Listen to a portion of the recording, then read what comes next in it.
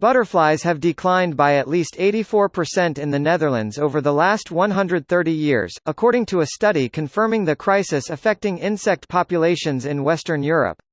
Here's a summary of the article.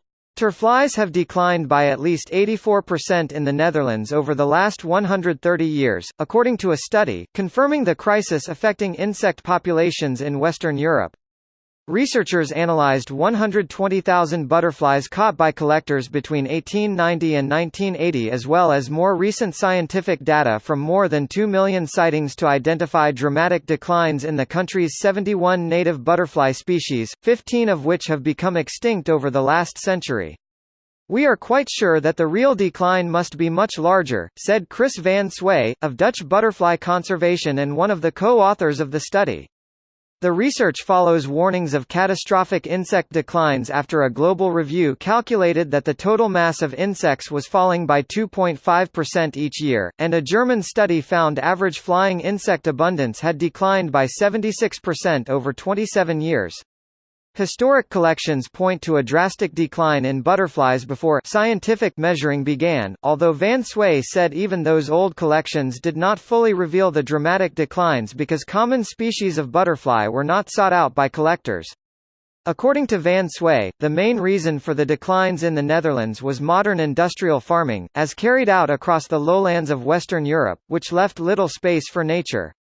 According to Van Sway, the number of large coppers had increased in recent years because global warming had helped the butterfly, which is at the northerly limit of its natural range. This post received a score of 10,800, with an upvote ratio of 96%. Here are the top comments in response to this article. Wildflower loss has a lot to do with the decline in pollinator insects. There are government programs in pretty much all Western countries to bring back native meadows. There are also local, regional non-profits like MD, DC, VA. I'm happy to make suggestions for North America if people are willing to tell me the nearest metro area.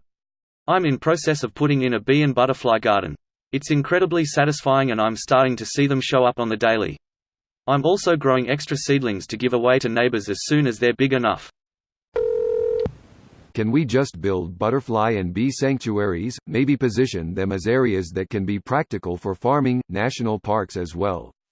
How hard, expensive, feasible could this be? The thing is, even in remote forests that aren't really affected by human civilizations, the insects are disappearing. This is of course especially bad for the birds that are running out of food. This balance needs to be restored worldwide, not just in a few controlled parks. We're witnessing the domino effect, a chain reaction in action.